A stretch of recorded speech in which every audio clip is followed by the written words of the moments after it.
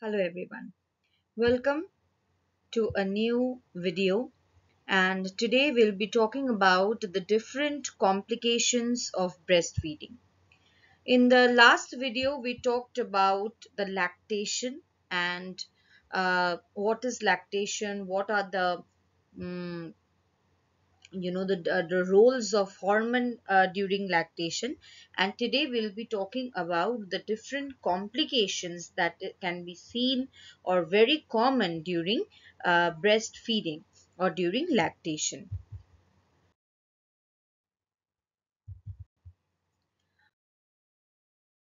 So, as we all know that breastfeeding is not always easy, but it is always worth, right?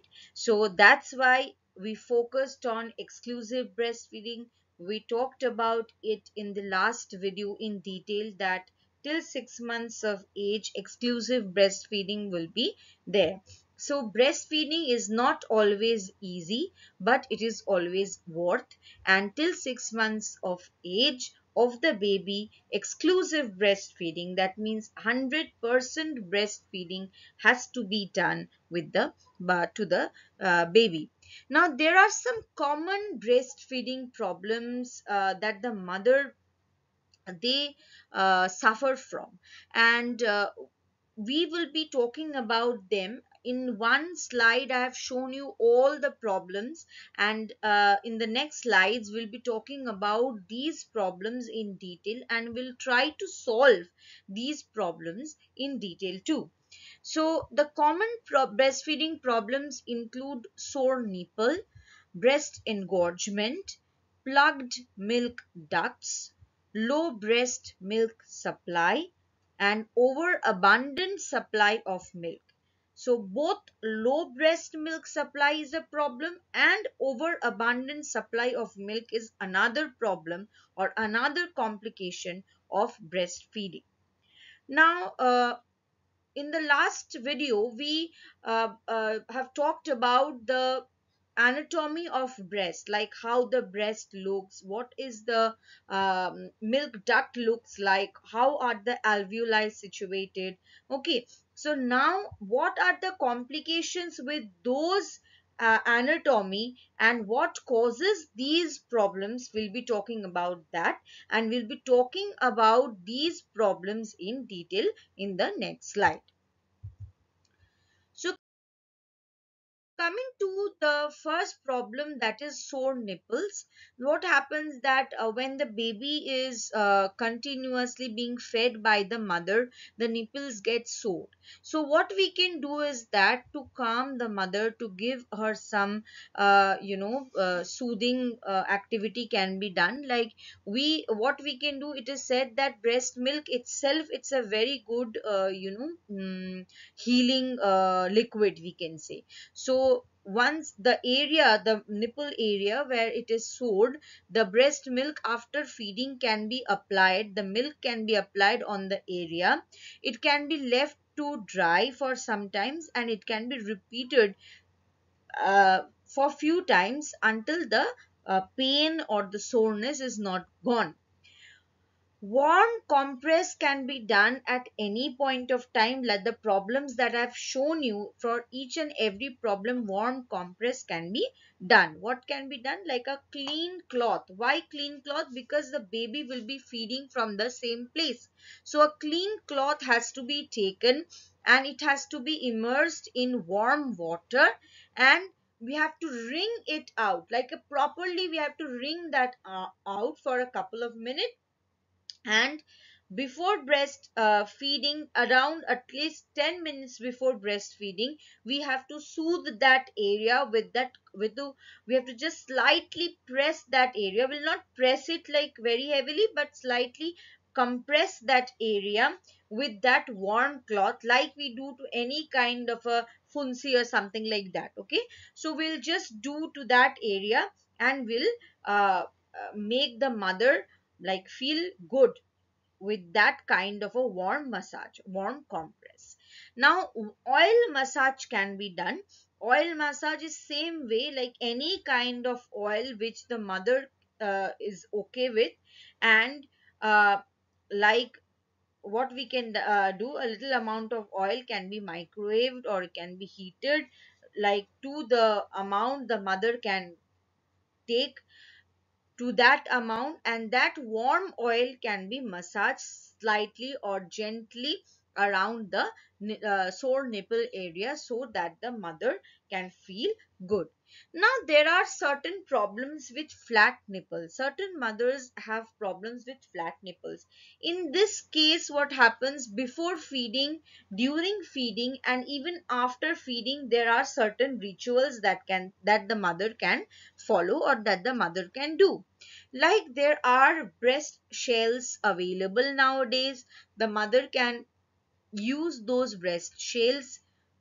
The mother can pump out the milk with the help of the breast pump, or like the hand expression that is shown, the mother can take out the milk in the way shown like this also, and the mother can feed the child the breast milk.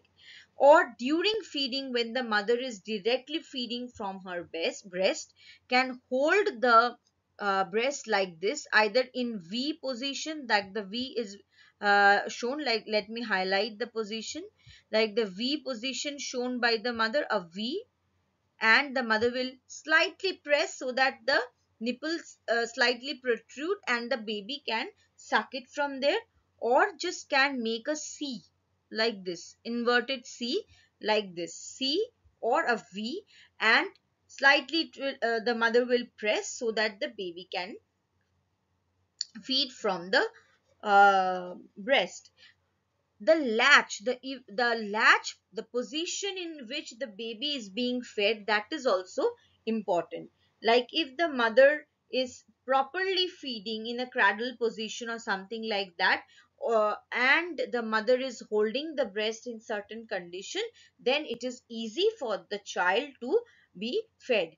And whether the baby is properly being fed or not, that has also to be checked with the wet diapers. Like we have to track the wet diapers to understand whether the child is being properly fed or not. Okay, so these were the tips, home remedies for sore nipples, and some tips of breastfeeding with flat nipples, which are very common problem nowadays with the mother.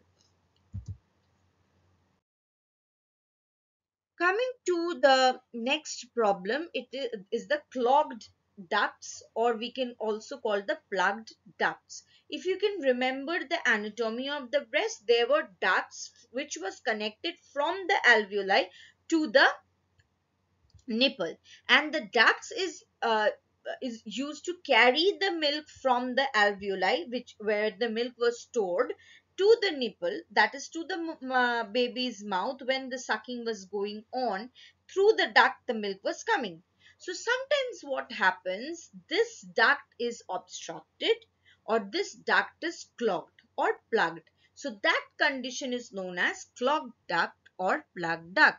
So what is it? It is basically an area of breast, which area I hope you have understood, where the milk flow is obstructed. Now, why this milk flow is obstructed? Because infrequent feeding and milk stasis. That means the frequency of feeding is not there. So what happens? The milk flow is absent. And what happens? The milk is getting stored in that duct. So in alveoli, milk supply is there, but the duct is already filled with milk, and that milk stasis is clogging the ducts. And it can also be caused due to inadequate removal of milk from one area of the breast. That means if the mother is continuously feeding the child from one breast, that can also lead to clogging of the ducts or plugging of the ducts, because the it's just like a channel. That channel has to be cleared. Okay, so it has to be cleared. And in this case, what the mother should do, the mother should feed the baby from both the breast alternatively. Okay, and what is seen what can be seen? The area is swollen, it is hard, it is warm, and generally painful with a noticeable lump. Okay.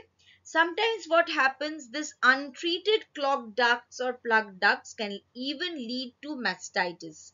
Now what is mastitis we'll be learning afterwards, but it can lead to mastitis even. So now how we can prevent this situation? Okay. One prevention I told, that the child needs to be feeded from sorry the child needs to be fed from both the breast alternatively, right? And the frequency of the feeding must be increased. Correct positioning, correct attachment has to be there. Okay. And when the feedings are missed, the milk has to be expressed. Okay.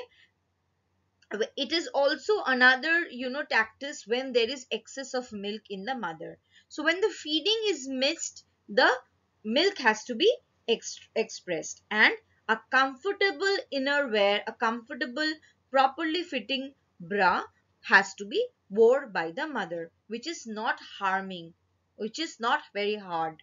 Okay. Now, what are the different treatments? Definitely, I told you warm compress is one treatment that can be given to any problem related to uh, the problems related to breastfeeding. So, warm water packs and breast massage slightly to remove the clogs, that can be done, as it's just like a channel or a pipe, you can say, which is clogged or plugged, that can be taken out, slightly gently massaged, and the clog can be removed, the milk flow can be started, and the excess clog can be removed from the nipple. And what can be done, other some vibrations can be given, hands on pumping by the nurses can be given. Okay. So these are the different solutions or treatment that can be given to the plugged ducts and clogged ducts. Okay. Now coming to another problem, which is known as breast engorgement. Okay. Now breast, I just talked about the duct being clogged or plugged. Now the alveoli, over here you can see this is the lobules or the alveoli. So in the plug duct, what happens? In the plug duct, these are the ducts, right? So these are the ducts. These ducts get clogged in the plug duct. This ducts gets clogged. But in breast engorgement, the alveoli, which is normal, you can see, is engorged, is swollen. Okay, is swollen. So what are the symptoms? Pain, obviously, feeling of tenderness, heaviness in both the breast, generalized malaise, and rise of temperature. And definitely breastfeeding will be painful. So what we can do? Over here, not only hot compress but also hot and cold compress alternatively can be done. Hot therapy will help to stimulate the milk flow. Now, why this happens? I forgot to tell you that. Why this happens? Because there is excess of milk in the alveoli. When there is excess of milk in the alveoli, so clogging the alveoli is now. Okay, so clogged pore were clogging the ducts. Now the alveoli are clogged. So that is breast engorgement. That leads to breast engorgement. So what we need to do is that we need to give hot therapies, hot compress again to stimulate the milk flow and to prevent the clogging of the ducts. And cold therapy has to be given to get the mother some relief from the pain, from the swelling that has been done, because a continuous heavy, a continuous pain, continuous very hot environment, so that has to be cooled down. Okay, and again hot therapy, an alternative hot cold therapy. Okay, and again hot therapy to i- increase the let down reflex. Okay, so the more let down, because painful breastfeeding, so mother definitely will try not to feed the baby. But if the mother will not feed the baby, the engorgement will worsen. So that let down reflex has to be continued. And that can be only done by simultaneous hot and cold therapies to just give her some relief.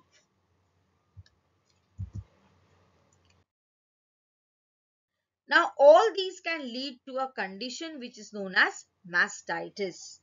Okay, mastitis. It is when there is excessive plugged duct, plugged alveoli, everything plugged duct, especially there is infection where in the breast tissues. So, infection of the breast tissues by a bacteria or by excessive plug duct can cause mastitis. Okay, and it can also include conditions like flu, burning sensation, redness, okay, and tender breast. So what we can do, we need to drain the breast. That is the first and foremost thing, that we need to drain the breast. The milk which is clogged inside has to come out.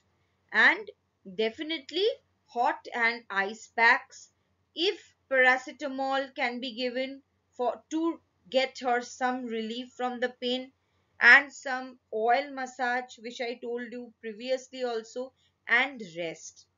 Okay, and if the condition is not better, definitely need to consult a doctor. Medication, of course, with the consultation of doctor, because your child is being fed, right? So any medication has to be in consultation or with consultation,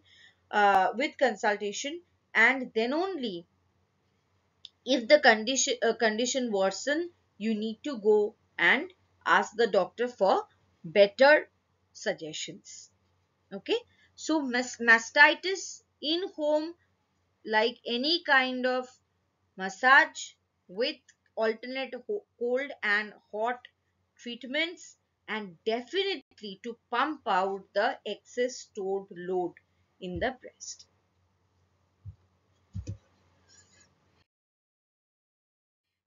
Now coming to the next problem is, some mother feels like they don't have excess milk or they couldn't supply excess milk. Sometimes it is a false alarm. Now, which conditions are the false alarm? Uh, Maybe only when the mother is getting few ounces when pump, or the baby is feeding frequently, trying to having the milk frequently feeling like having milk, or the baby is having the milk for long period of time, or the baby is waking up at night for feeding, or the previously there was breast leaking, but now the breast leaking has stopped, and maybe you are not the mother is not feeling such full with the breasts. But these are not the cause, or these does not indicate that the mother is low with milk. But definitely some mother can uh, have a decrease in their breast milk supply if the diet is not proper, if the mother is under stress, if certain medication which can which can lower the amount of breast milk, if the mother is taking too much of caffeine, or mother smokes and drink and ignoring the health. So these are the causes that can decrease the milk supply. When I was discussing the let down reflex, I was discussing the different hormones related to let down reflex. I told you that one positive thing was that the mother has to feel that I need to feed my baby, and the negative impact was that I will not feed my baby. So that has to be done, like that positive swing of mind has to be done, that yes, I will feed my baby, and from there only the milk will come. Okay, so for a good milk production, definitely the pathways, like a proper sucking, areolar sucking, as I told you, the proper holding posture of the baby is very, very important.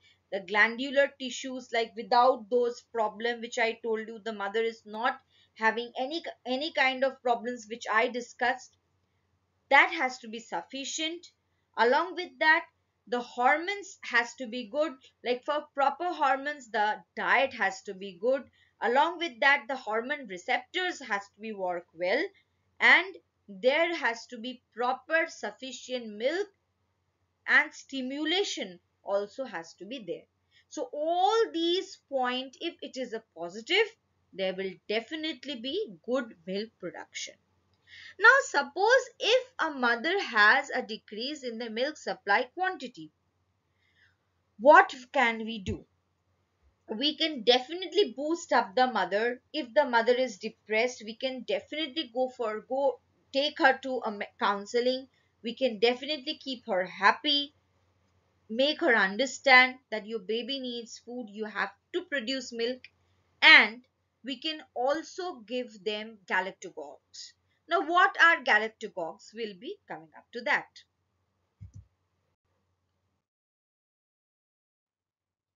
Basically, these are some stimulants which help the milk production or increase in the milk production of lactating mothers. Now, where shall we get these galactagogues? In medicine? No. In the regular food that we take, there are certain magical foods, you can say, which help in the production of milk, which increase the milk production. Now, why do you think that there are certain foods they can increase the milk production? Because you can say that these are magical milk makers. Why? Because they mimic some hormones that stimulate the breast milk production. So when these nutrients are given to the body, they will boost up the milk supply by mimicking the hormones that supply the milk production. So what are the hormones? Sorry, what are the foods? Like the leafy vegetables, almonds, garlic, barley, sago is also very good, cloves, fennel, fenugreek, ginger, papaya, oatmeal, sesame seeds, and these are some traditional laddus. This is the picture of gond laddu made purely of ghee, and this is the sant laddu, which is specially made in the house and given to the lactating woman to increase the milk supply. Garlic is an excellent galactagogue. Sesame is an excellent galactagogue. Almonds. Another very common and a low cost galactagogue is sago and milk combination. In Bengali, we call it as a doodh shabu. So, if we can give that compound to the lactating mothers, that will help to stimulate the breast milk production. So, galactagogues for you can come as a short note as well. Where it can come as a short note, you will have to write what is a galactagogue, how does a galactagogue work, like the note I have given you, and also an example of few galactagogues.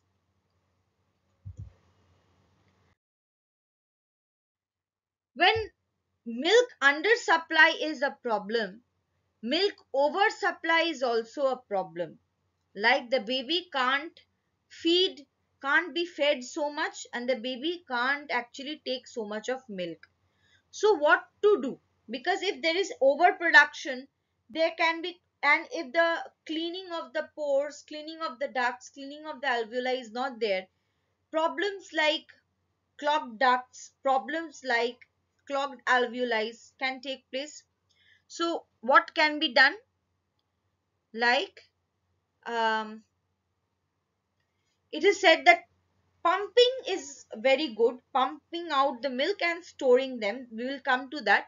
But it is said that before 6 weeks we must not pump, because the breasts are remains delicate, and also the child has to drink the milk from there. And babies need to cope with the mother's milk flow, right? Because some babies, they can't hold the nipple properly, they can't do the sucking properly, so the babies need to cope up to that. And generally the flow will increase, so that has to be done. So proper positioning of feeding is very very important. Okay, so uh, the let down reflex can be controlled by the mother by positioning the child in proper. Like, after the first let down reflex, the baby can be moved, and when the flow is slowing down, the baby can be adjusted again. So that can be done. Or uh, machine pumping sometimes is not told to do before 6 weeks, but hand pumping can be done. And like, we can also use sometimes one breast per feed, and 3 hours at a time, then switch. Like, different techniques can be there. Like, we need to utilize the breast milk so that the baby is happy, and the milk is also not a waste, and the problems like clogged pores or those things, clogged alveoli, doesn't take place. Sometimes if it is too much, then medication can be there, medication can be asked. I don't know how peppermint tea or sage tea help in that, but it is said that sage tea can help. And the sage is a very good herb, so I don't know how it is helping. But definitely, like, pumping one breast and feeding from one, again pumping the another breast and feeding from the rest, alternate breast, so this can be done. And babies need to accustom to the milk flow of the mother gradually. Expressed breast milk is very important, and storage of that expressed breast milk is very important. Like, sometimes there are mothers, mainly they have to go for work, and in that case formula milk has not to be given, because keep in mind that exclusive breastfeeding for 6 months. So if the mother has to go to work, and there is also, if the mother has oversupply, the mother can definitely store the expressed breast milk and give the breast milk to the child. So two-way, the mother is also not actually getting that thing, and also the child is getting the breast milk. So if a freshly expressed milk is taken out or expressed, then it can be stored at room temperature for at least 6 to 8 hours. And if in fridge we can keep, then it can be kept for 72 hours. Now when we are taking to freezers, like around 15 degree for 2 weeks, 18 degree for 3 months, like with proper separate drawers, minus 15 degree, right? Minus 15 degree for 2 weeks, minus 18 degree for 3 months, and minus 20 degree for 6 to 12 months. That is deep freezer with separate doors and everything. Okay, so but we need to label it first, like for which child I am giving it, or it should be dated as well. Okay, that on which date it has been stored. And before giving it to the child, the best way to give breast milk is thawing. Now what is this thawing process? As you can see, this is a packet of stored milk, stored breast milk, which is labeled over here properly, the dates and everything. So in a pan of warm water, this packet is kept until it comes to the normal temperature. So, till it comes to the normal temperature, breast milk should not be boiled, never be boiled. Okay, it should always be thawed. So, this process is known as thawed. And thawing of breast milk is very, very important, especially if you are expressing, if you are giving your child breast milk and you are storing that in the freezer or fridge. Okay. So a new concept has come of human milk bank. Okay. So when the mother, our mother is having oversupply of milk and the child is uh, unable to take that amount, please don't waste that milk, and please donate that milk to the milk bank, so that another child can have mother's milk. Okay, because mother's milk is mother's milk, and the quality of a mother's milk is equal for all the child. So what we need is that we need to improve the we need to target or improve the quality of the child by giving them exclusive breastfeeding till 6 months of age. There are many child which who don't get the breast milk for 6 months, till 6 months, or maybe not for even one day, maybe not for even 3 days, right? For those children, at least few ounces of mother's milk will be great. The gut, the antibodies, the everything of the child will be great. Okay, so vulnerable babies will get access, and there will be definitely unavoidable reasons are there, like the mother's sickness, death, maybe delay in the milk production. From all these things where the baby is not getting the mother's milk, the milk bank can be life saving for that child. Now, who can donate in the human milk bank? You have to first search a human milk bank, and any lactating mother can voluntarily go and donate the milk. And definitely the mother has to be in her good health, and all these things like the oversupply, you will be free from all the problems that you can have, like engorgement, swollen, and problems related to clogged pores, plugged pores, which can lead to mastitis. You can be free from there, and you can also save uh, you know different babies from different diseases, right? And this will be a great like mother baby friendly initiative, where we recruits the donor milk, and we can give them to the child.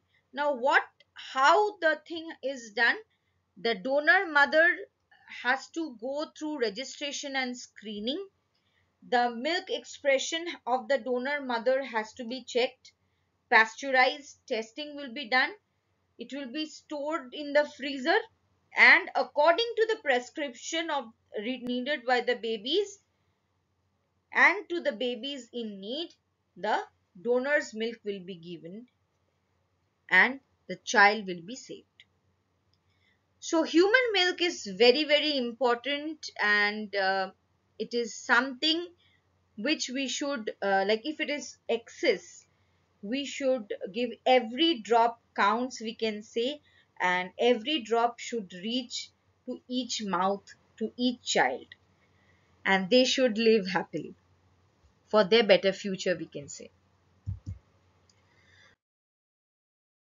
So I hope you like the video. That's all for today. Thank you, and stay tuned and support Educatus.